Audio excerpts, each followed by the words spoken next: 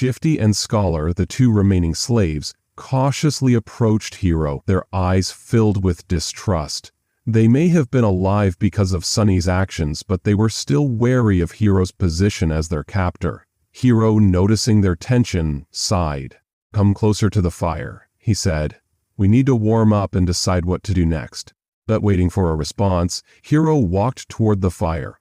After a moment, the slaves followed, though they kept their distance from Hiro. Sunny, on the other hand, stayed away from everyone. He wasn't eager to get involved with anyone, not because of any personal hatred, but because he was simply not good at connecting with others. It had always been this way for him, like there was an invisible wall between him and the rest of the world. Growing up, he had tried to be close to people, but something was always off, and he ended up pushing people away, learning to trust no one. Sunny's isolated nature had served him well in the past, keeping him safe from the betrayal of others. He had grown accustomed to being alone, and that suited him just fine. So, as the others gathered around the fire, he sat apart, lost in his thoughts. The silence was broken by Hiro's voice. "Once the sun rises, we'll gather whatever food and water we can find and we'll go back down the mountain." Shifty, ever defiant, immediately questioned him. "Why go back? So you can chain us up again?" Hiro didn't respond angrily. Instead, he calmly explained that they couldn't go forward. The mountain pass was long and dangerous, and without the supplies that were lost with the wagon, they stood no chance of surviving. Going back down was their best hope. Scholar seemed to want to speak, but held back. Shifty, still reluctant, cursed under his breath but seemed to accept Hiro's words. Then, a surprising voice interrupted. It was Sunny. "We can't go down," he said, drawing the attention of everyone around the fire. Shifty laughed dismissively and tried to belittle Sunny, calling him crazy. But Hiro frowned at the insult. He then turned to the two slaves, reminding them that they owed their lives to Sunny. He wasn't pleased by their treatment of him. "Why can't we go down?" Hiro asked, genuinely curious. Sunny shifted uncomfortably under their stares but finally spoke his reasoning. "The monster isn't dead," he said simply.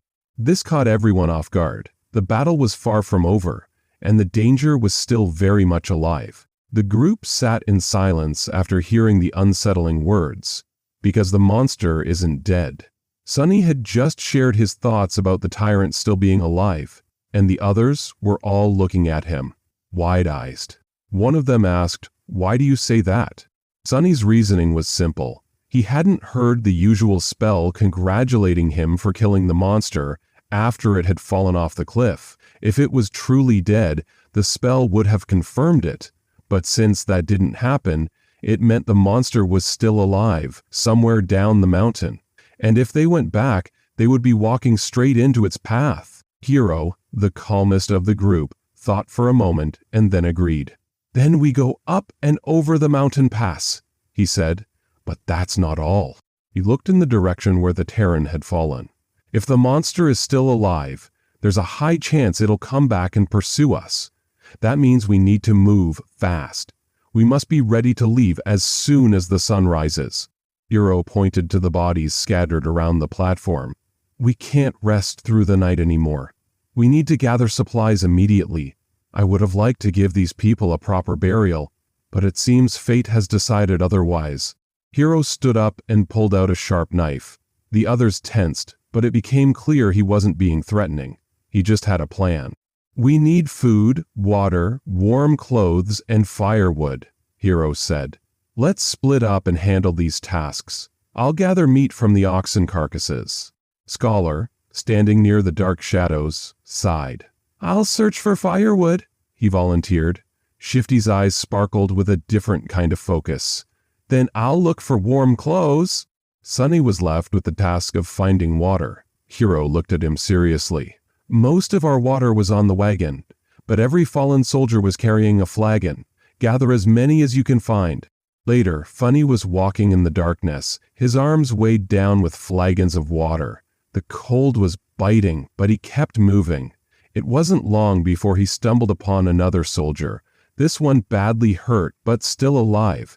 It was the old veteran who had once punished him for wanting to take Hiro's flask.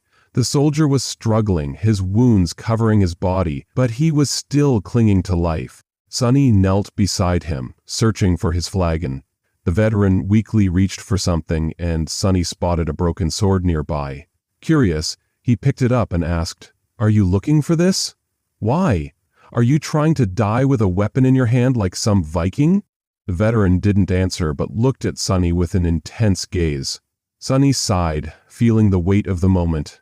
Well, it might as well do. After all, I promised to watch you die. Without hesitating, Sunny slit the man's throat with the sharp edge of the broken blade. The soldier gasped and twitched, blood pouring from his wound. His eyes seemed to shift. Was it gratitude? Hatred? Sunny wasn't sure. It was his first time killing a human. He had expected to feel guilt, fear, or something, but instead he felt nothing. His harsh upbringing had prepared him well for this moment, for better or worse. As Sunny sat there, keeping the soldier company, the spell's voice came to him. "You have slain a dormant human, name unknown." Sunny flinched. Right. Killing people counts as an achievement for the spell, he thought, a little surprised. The spell wasn't finished, though. "You have received a memory." Sunny's heart raced. "Yes, please give me something good." Memories were valuable. They could be weapons, enchanted items, or something useful.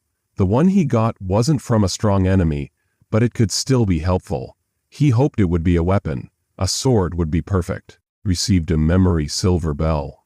Sunny let out a disappointed sigh. Of course, just my luck. He examined the silver bell. Maybe it had some magical properties, like sending destructive sound waves or protecting against projectiles. He focused on the runes, thinking the words silver bell and a small image of a bell appeared with a description underneath. Silver bell, a small memento of a long-lost home, which once brought its owner comfort and joy. Its clear ringing can be heard from miles away. Sunny groaned. What a useless item. The memory turned out to be a letdown, but there was nothing to do about it. At least he could move on. He put the silver bell away and then stripped the veteran of his warm cloak and sturdy leather boots. After putting them on, Sunny felt warmth for the first time since the nightmare had started. The cloak was a bit stained with blood, but that was a minor detail. He looked around and saw that Hero and Scholar were still focused on their tasks. Shifty, however, seemed to be more interested in looting rings off the dead bodies than gathering clothes. Sunny hesitated, considering his next steps. The future was uncertain, and he didn't fully trust his companions. The challenges ahead were impossible to predict, but Sunny knew one thing for sure. He had to make decisions if he wanted to survive. He looked down at the flagons of water he had gathered and sighed. Without wasting any more time thinking, he moved on. The rest of the night passed in fear and unease. The thought of the tyrant returning to finish them off kept everyone awake. Hero, however, seemed calm, sharpening his sword by the fire. The sound of the whetstone scraping against the blade was oddly soothing. When morning came and the sun started to rise, the group gathered the supplies they had collected and prepared to leave. Sunny glanced back one last time at the stone platform. He had made it past the place where the slave caravan was supposed to perish, but the path ahead was still uncertain. What would happen next? No one knew. The group had been planning to travel through the mountain pass to escape the scene of the massacre. They needed to move fast, before nightfall, but when they reached the road, they found it was no longer there. A rockfall had destroyed large sections of the road, and it was impossible to continue. Standing at the edge of a huge gap, Sunny didn't show any emotion, simply staring down at the damage. His companions were not so calm. The scholar, trying to speak over his fur cloak, asked, "What do we do now?" Shufti, one of the followers, was angry and looked around, searching for someone to blame. His eyes landed on Sunny.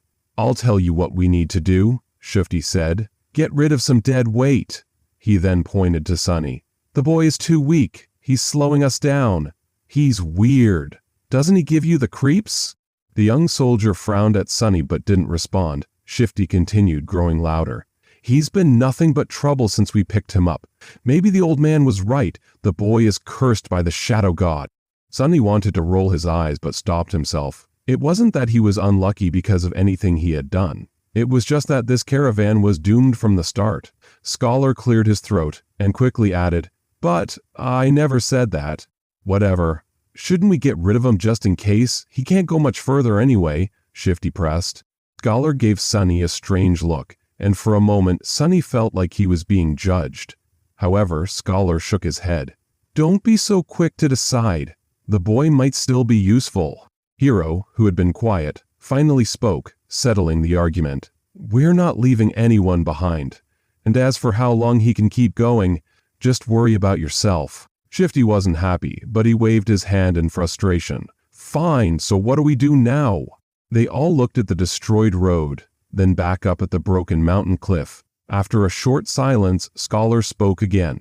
"There used to be a path leading to the mountain peak. Pilgrims used it long ago, and the Empire later improved it into a road. Now, it leads to the mountain pass, not the peak," he pointed up. "If we can find the remnants of the old path above us, we can use it to get to a section of the road that's still intact." Everyone stared up at the steep slope. The thought of climbing made them all uneasy, except for Hiro, who remained calm. The rock fall had made the climb difficult, but it wasn't a sheer wall anymore, though the slope was still steep. Shifty groaned. "Climb that? Are you crazy?" Scholar shrugged helplessly. "Do you have a better idea?" No one else spoke up, so after a bit of preparation they began climbing. Shifty and Scholar carried weapons they had taken from the bodies of dead soldiers, but Sunny, knowing he would need all his strength, left his new sword behind. It might not have felt heavy now, but it would soon slow him down during the climb. He needed to shed as much weight as possible. The climb was brutal. Carrying supplies on his back was hard enough, but the slope made it worse. After only half an hour, Sunny felt like his muscles were going to give out and his lungs were struggling to keep up. He forced himself to keep moving, trying to watch his step on the icy ground. One wrong move could send him falling down. To distract himself from the pain, Sunny tried to think of something positive, but he couldn't. Instead, he started thinking about the reward he would get once he completed the trials ahead. The first nightmare was the most important trial for anyone who was awakened, and it would grant him the ability to perceive and interact with soul cores, which determined a person's power and rank. The stronger the soul core, the more powerful the person would become.